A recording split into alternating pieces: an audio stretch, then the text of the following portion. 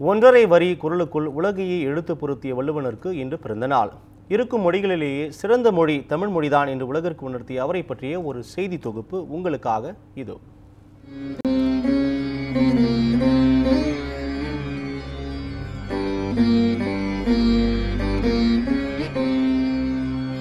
அகர முதல எழுத்தெல்லாம் ஆதி பகவன் முதற்றே உலகு.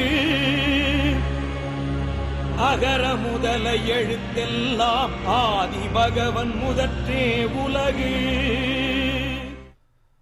வள்ளுவன் தன்னை உலகினுக்கே தொந்து வான்புகழ் கொண்ட தமிழ்நாடு என்று வாயார பாடி மகிழ்ந்தார் மகாகவி பாரதி. அகர முதல எழுத்தெல்லாம் ஆதிபகவன் முதற்றே உலகு என இரண்டே அடிகளில் வாழ்க்கையின் சூத்திரத்தை வள்ளுவனைத் தவிர வேறு யாராலும் கூற முடியாது. திருவள்ளுவர் ஆதிபகவன் ஆகியோருக்கு மகனாக பிறந்தவர் என்றும், சென்னையில் உள்ள மயிலாப்பூரில் வாழ்ந்து வந்தார் என்றும், கிமு முதல் நூற்றாண்டில் பிறந்தார் என்றும் வரலாற்றுக் குறிப்புகள் நமக்கு நினைவுபடுத்துகின்றன.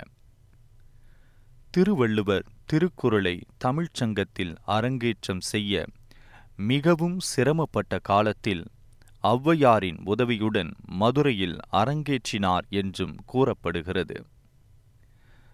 அவர் இயற்றிய திருக்குறளில் அறம், பொருள், இன்பம் என்று முப்பால்களில் 1330 குறட்பாக்கள் வாழ்வின் இலக்கை விளக்குவதாக இருக்கிறது.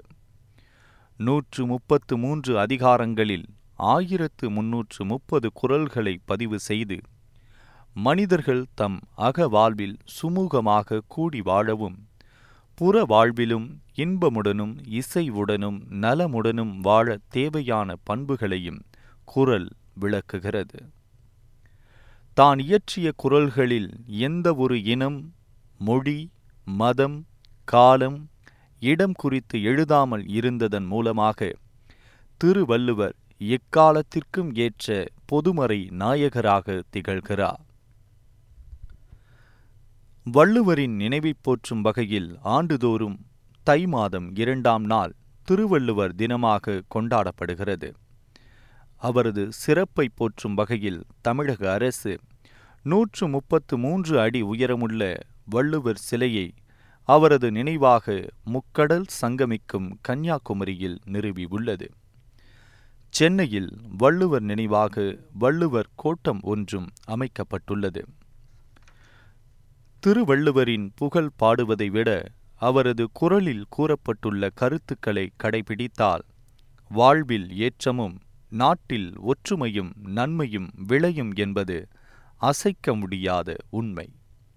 திருவள்ளுவரை போற்றுவோம், வாழ்வை செம்மையாக்குவோம். சத்தியம் செய்திகளுக்காக செய்திக்குழுவுடன் அகிலன்.